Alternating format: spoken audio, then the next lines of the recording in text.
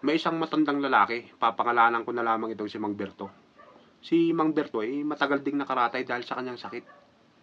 Ngayon, nung sinugod siya sa ospital, dahil malala na yung sakit niya, nagsiuwian yung mga anak niya galing sa iba't ibang panig ng mundo. Yung asawa niya na lagi lang nakatabi dun sa kanya. Ngayon, nung nandun na yung mga anak niya sa kwarto ng ospital na yun, inalok siya ng mga pagkain na galing sa kanilang bansang pinanggalingan. Pa, kumain ka nga nito, ito raw yung makakapagpalakas sa'yo eh. Ayaw ko niyan. Sa inyo na lang yan. Sabi ni Mang Berto ngayon. Malungkot yung mga anak niya kasi sa tingin nila, ayaw nang tumanggap ni Mang Berto ng kahit anumang pagkain.